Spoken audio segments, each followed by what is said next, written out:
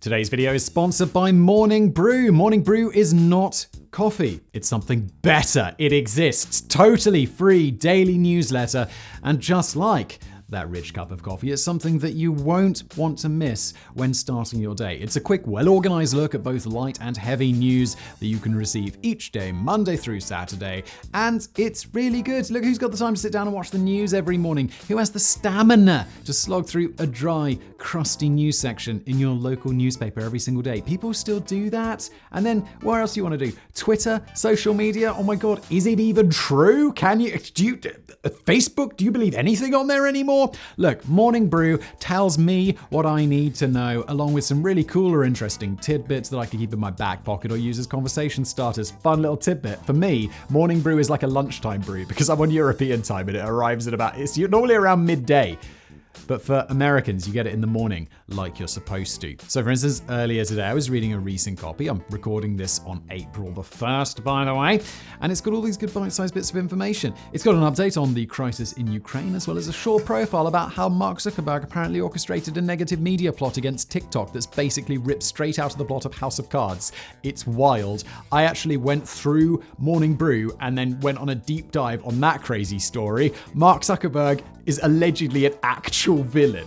And I also found out, sadly, Bruce Willis, Die Hard, and also loads of other great movies, is retiring from acting. Lots of other stories worth reading about too. All of that stuff's going to seem super out of date by the time this video comes out, but there you have it. So yeah, if you like finance, current events, or tech, or just want to keep up with some basic headlines, just go get Morning Brew. Yo, it's free. It takes 10 seconds to sign up. It's great. Just do it. And now, today's video.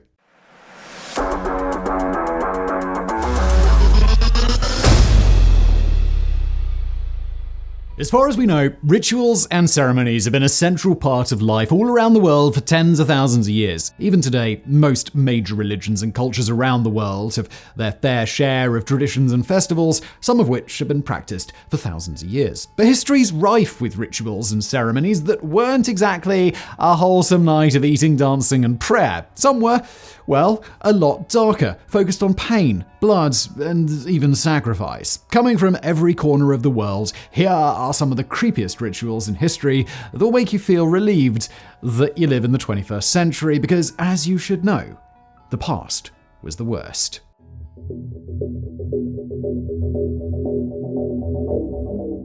Human sacrifice as a ritual was performed to some degree on every continent in the world. In the majority of cases, especially in Central and South America, sacrifices were performed by religious figures in places of cultural significance like an altar or a temple. But a peculiar practice that was surprisingly common until recent centuries was the sacrifice of one or more people for the blessing of the gods on a construction project, and there are examples of this from all around the globe. For example, in Europe, we have evidence of this practice from the Building of Skadar. The Building of Skadar is a poem written in Old Serbian that records the construction of a fortress in the early 14th century near the river Bajana in what is today Albania. It was believed at the time that building such a large structure had to be accompanied by human sacrifice, or else the project would anger a villa, a powerful type of fairy or nymph from Slavic mythology. According to the epic, one of the noble brothers, Gojko Munjachevitz,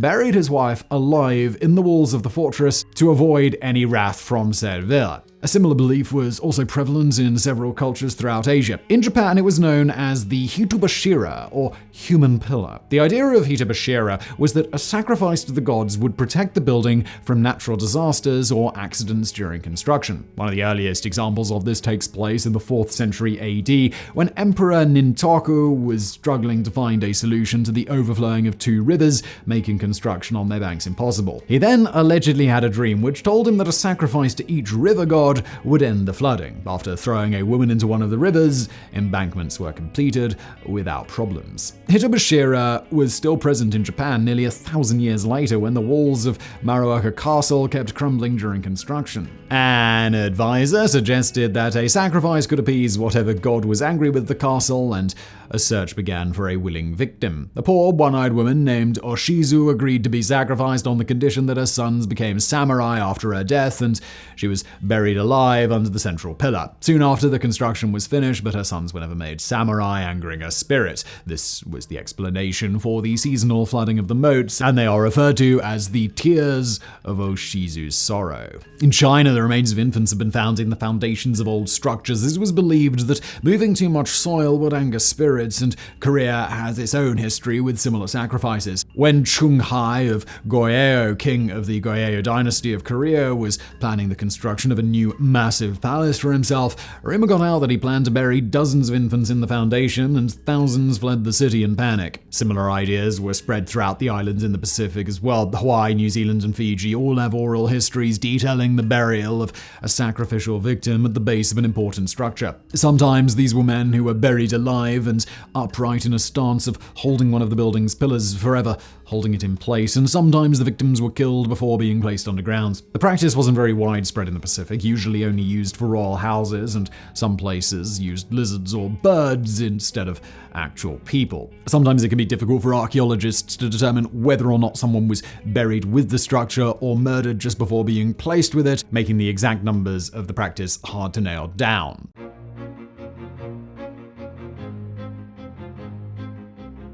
Dozens of cultures around the globe have attributed a special meaning to fire. In Greek mythology, for example, Prometheus stole fire from the gods and shared it with humans, and in the Old Testament, fire has several meanings ranging from holiness to divine intervention, or even representing God himself. But the Aztec civilization of Mesoamerica took things to the next level with their beliefs surrounding fire. Worship of the god of fire,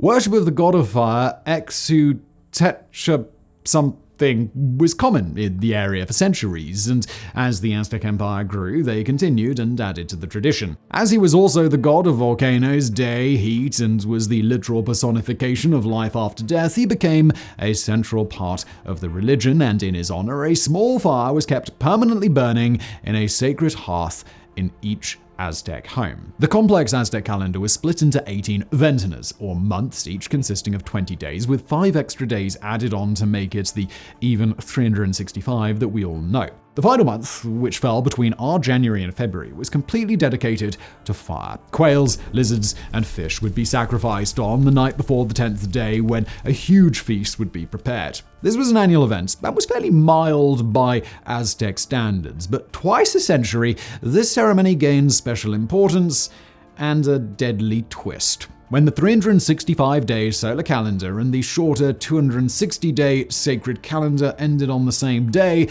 the Aztecs celebrated what was known as the Binding of Years. This happened every 52 years, and the celebration featured some pretty gruesome activities. In addition to temporary vows of silence, fasting, and destroying household objects, thousands would participate in ritual bloodletting, which included slicing your tongue with an obsidian blade or your genitals with a stingray's spine. But this was only the opening act. The Binding of Years was believed to be a time when the gods could abandon humanity, and so to appease them, the tradition mainly focused on the new fire ceremony. As the sun set on the final day, every flame in the houses in the city was snuffed out, and the people would gather at what is known as the Hill of the Star near the Aztec capital, Tenochtitlan, and wait for certain stars to be directly overhead. Once the stars were in place, priests would then tear out the heart of a sacrificial victim who had been placed on the altar, and if that wasn't already disturbing enough, they'd start a fire in the open hole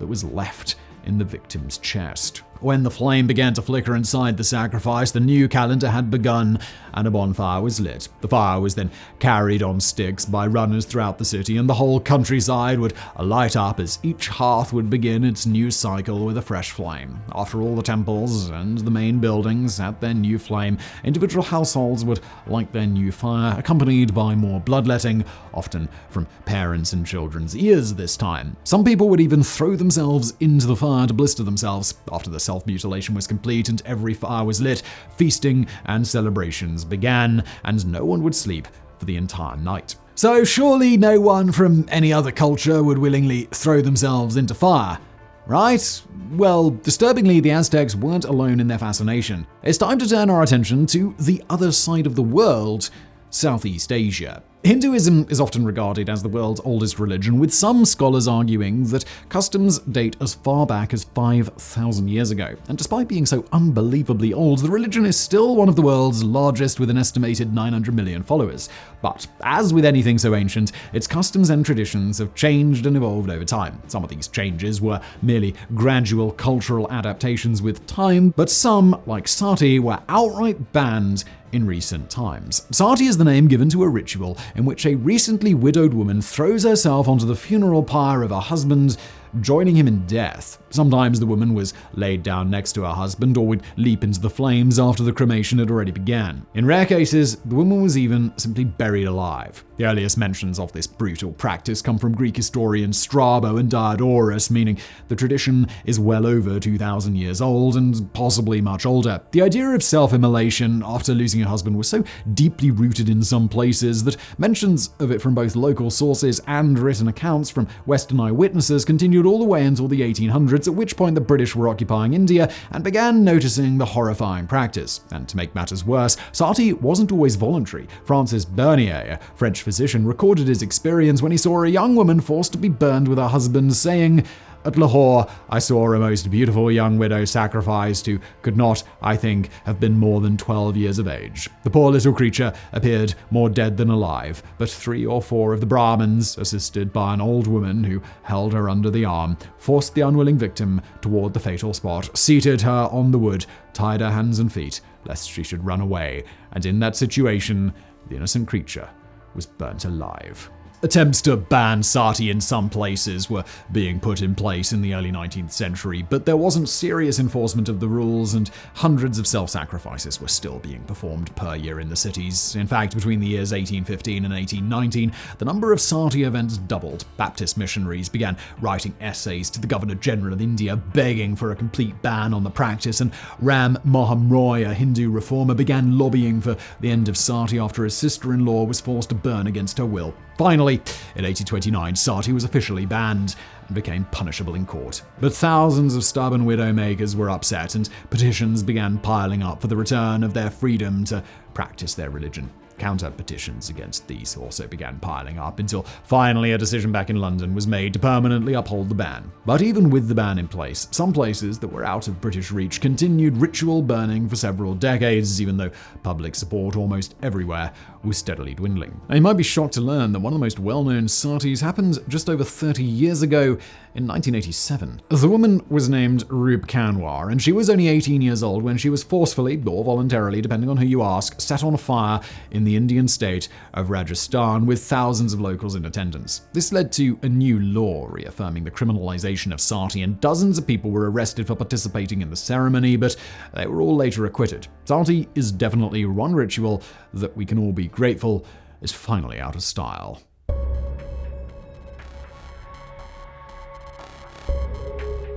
The Nazca people of ancient Peru are well known for their impressive ceramic textiles, pottery, and the famous Nazca lines, huge drawings of over 70 plants and animals preserved in the desert, some of which are nearly 400 meters long. But the Nazca people, like many civilizations from the Americas, were constantly at war, and depictions of their warfare on excavated pottery are covered with one peculiar thing: trophy heads. Keeping the head of your enemy as a trophy is a tradition that dates back basically as far as researchers can tell, possibly 4,000 years or more. But in the final few centuries of the Nazca civilization, severed heads skyrocketed in popularity. Nazca art shows that one of the main purposes of their war wasn't resources or food, it was to obtain the head of your opponent, and supporting this, decapitation was one of the most common themes in their pottery. Along with plenty of graphic evidence provided by art, archaeologists have also uncovered over 100 mummified trophy heads, and each were prepared in the same way. First, the head was removed with an obsidian blade. Then, the base of the skull was smashed off with a club or rock, creating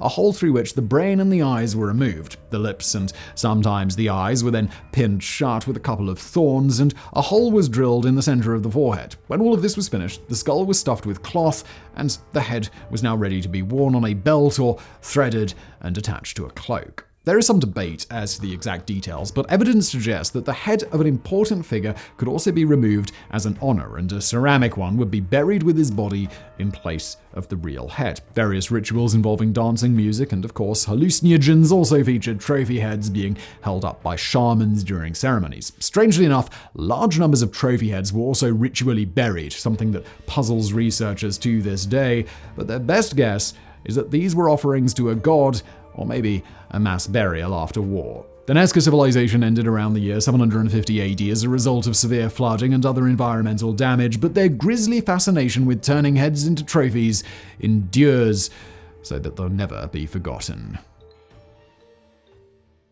Now, just before you leave today's video, let me tell you about another channel that I run called Decoding the Unknown. It's a show where I take a deep dive in some of the world's biggest mysteries, from what happened to the Roanoke colonists to the regular guy who found a listening device in one of his power strips. It's always a bit of a wild ride. You can find a link to Decoding the Unknown below, or just search Decoding the Unknown in YouTube and you will find it.